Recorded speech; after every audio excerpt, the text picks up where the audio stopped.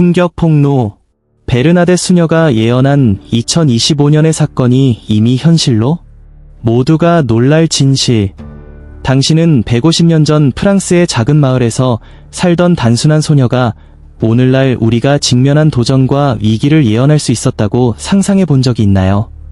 루르드의 겸손한 목동 소녀였던 베르나데트 수비루스의 예언은 2025년의 현실 속에서 점점 더 관련성을 띠고 있습니다.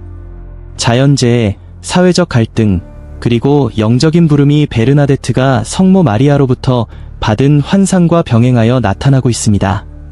그녀가 미래에 대해 예언한 것은 놀라운 일이며 지금부터 그 계시가 오늘날 우리가 직면한 세계적 도전과 어떻게 연결되어 있는지 알아보게 될 것입니다.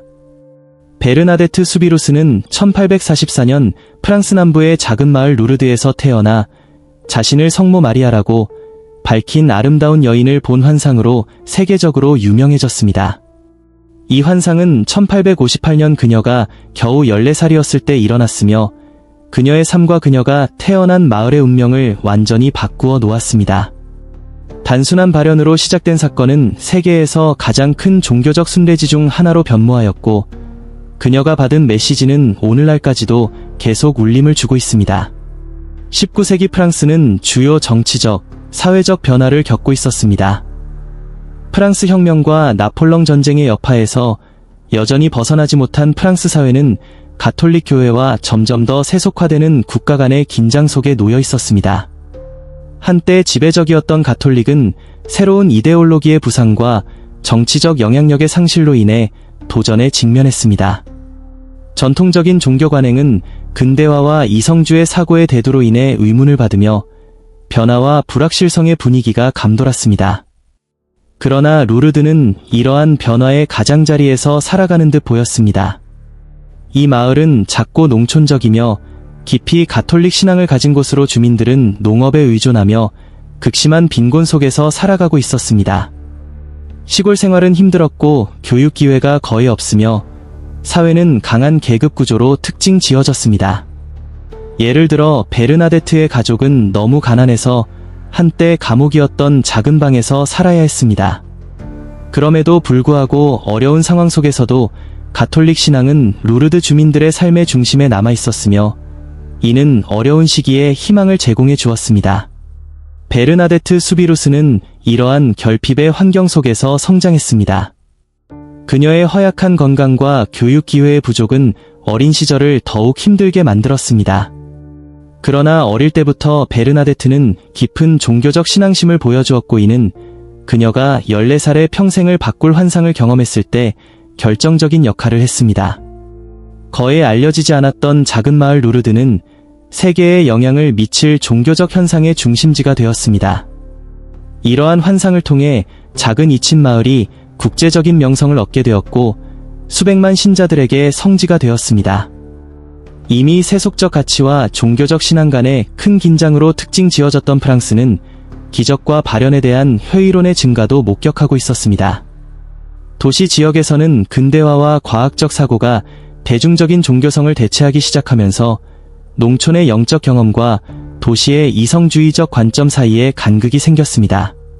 그러나 지리적, 사회적 고립에도 불구하고 베르나데트는 이 두 영역을 연결하는 신비로운 경험을 전달하며 루르드로 독실한 신자들과 호기심 많은 회의론자들을 끌어들였습니다. 1858년 2월 11일에 일어난 사건은 베르나데트 수비루스의 삶과 루르드의 운명을 영원히 바꿔놓았습니다. 그날 그녀는 동생과 친구와 함께 장작을 모으던 중 강가의 동굴 근처에서 빛나는 모습을 보았습니다.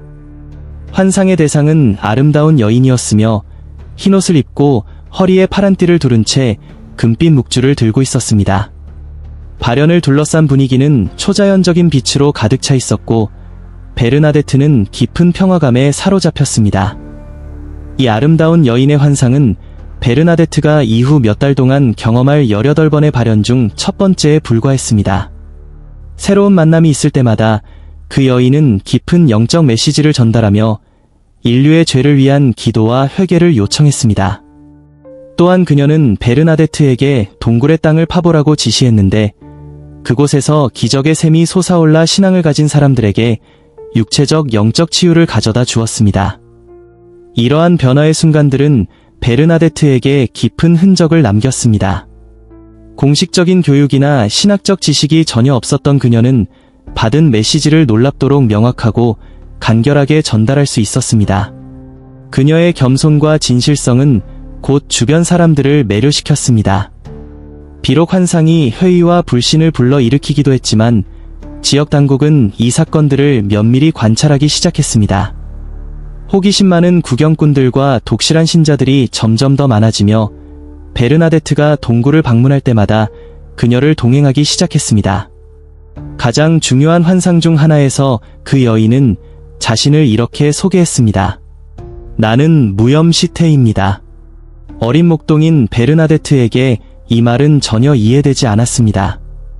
그녀는 1854년에 선포된 무염시태라는 신학적 교리를 알지 못했기 때문입니다. 그러나 환상을 조사하던 종교 지도자들에게 이 계시는 발현의 진정성을 인정하는 데 있어 중요한 단서가 되었습니다. 이는 베르나데트가 스스로 알 수 없었던 지식을 담고 있었기 때문입니다. 매번 새로운 발현이 있을 때마다 베르나데트를 따라 동굴로 향하는 군중들은 커져만 갔습니다. 많은 이들이 직접 무언가를 보고 듣지는 못했지만 그곳에서 영적 존재를 느꼈다고 이야기하며 신앙이 더욱 강화되었습니다. 루르드 마을과 주민들에게 이 환상들이 미친 영향은 대단했습니다. 한때 마을 외곽에 자꾸 눈에 띄지 않던 동굴은 점차 기도와 신앙의 중심지가 되었고 사람들은 단순히 기적을 찾으러 오는 것뿐 아니라 급변하는 세상 속에서 신앙을 다시 찾기 위해 이곳을 방문했습니다. 베르나데트의 발현이 널리 알려지게 되자 이를 둘러싼 회의론도 점점 더 커졌습니다. 지역 및 종교 당국은 그녀의 주장을 의심하며 환상이 환각이나 어떤 사기 행위의 결과일 가능성을 우려했습니다. 지역 경찰은 그녀를 여러 차례 신문하며 그녀가 이야기를 지어냈다고 자백하도록 압박하려 했습니다. 가톨릭 교회는 초자연적 현상을 검증하는데 항상 신중한 태도를 유지하며 더 많은 증거가 수집될 때까지 거리를 두었습니다. 초기에는 종교 지도자들이 베르나데트를 지지했다가 나중에 그녀의 주장이 반증되면 자신들의 신뢰도가 떨어질 것을 두려워했습니다. 발현은 교회 역사에서 새로운 현상이 아니었으며 수세기 동안 수많은 발현 사례들이 논박된 바 있었습니다. 그러나 베르나데트의 이야기에서 그녀의 진실성, 겸손 그리고 일관된 주장은 교회 당국과 대중 모두를 흥미롭게 만들기 시작했습니다. 점차 긴장이 완화되었지만 공식적인 인정까지는 여전히 시간이 걸렸습니다. 그녀의 환상에 대한 의심에도 불구하고 베르나데트를 동굴로 따라간 군중은 계속해서 증가했습니다. 많은 사람들은 불확실한 시대 속에서 더 큰 무언가를 갈망하며 평범해 보이는 젊은 소녀가 신의 메시지를 전하기 위해 선택된 인물이라고 믿기 시작했습니다.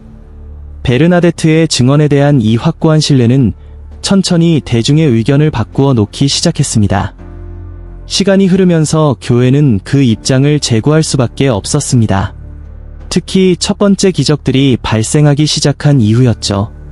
또한 당시 프랑스에서 영향력을 얻고 있던 과학자들과 지식인들로부터도 회의적인 시선이 있었습니다.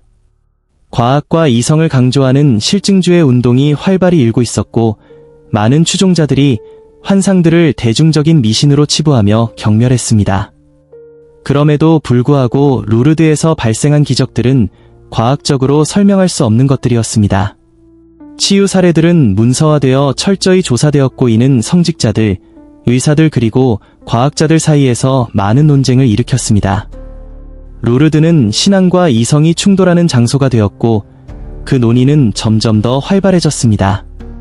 베르나데트가 압박을 받으면서도 자신의 주장을 바꾸지 않은 것은 대중의 의견 변화에 가장 큰 영향을 미친 요소 중 하나였습니다. 그녀는 결코 관심을 끌거나 개인적인 인정을 추구하지 않았고 당국의 공격에 저항하는 모습은 그녀의 정직성을 더욱 확고히 하는 것처럼 보였습니다. 1862년 수년간의 철저한 조사 후 가톨릭 교회는 결국 베르나데트의 환상의 진위성을 인정하고 루르드를 가톨릭 세계에서 가장 중요한 순례지 중 하나로 확립했습니다. 이 인정은 베르나데트와 그녀의 환상을 처음부터 믿었던 모든 이들에게 큰 승리를 의미했습니다.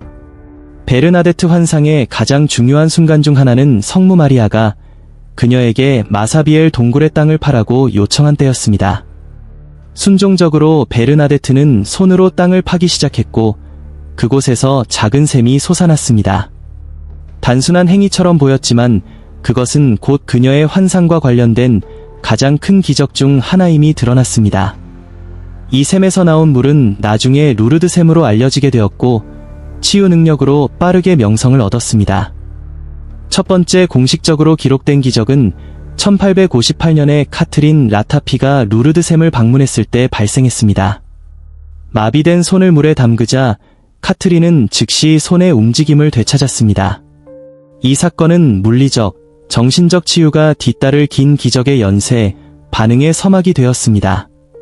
루르드에서의 치유는 암이나 마비와 같은 심각한 신체 질병에 국한되지 않았습니다. 감정적이고 영적인 고통을 겪고 있던 순례자들에게도 치유가 이루어졌습니다.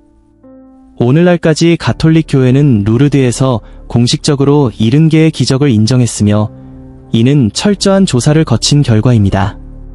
그러나 매년 수백 건이 다른 치유 사례가 보고되며 많은 경우 공식적으로 인정되지 않습니다. 순례자들에게 공식적으로 인정된 기적의 수는 중요하지 않습니다. 중요한 것은 루르드가 신성한 것이 지구 세계에 닿는 곳이며 그곳에서 치유와 희망을 찾을 수 있다는 흔들리지 않는 믿음입니다. 루르드는 곧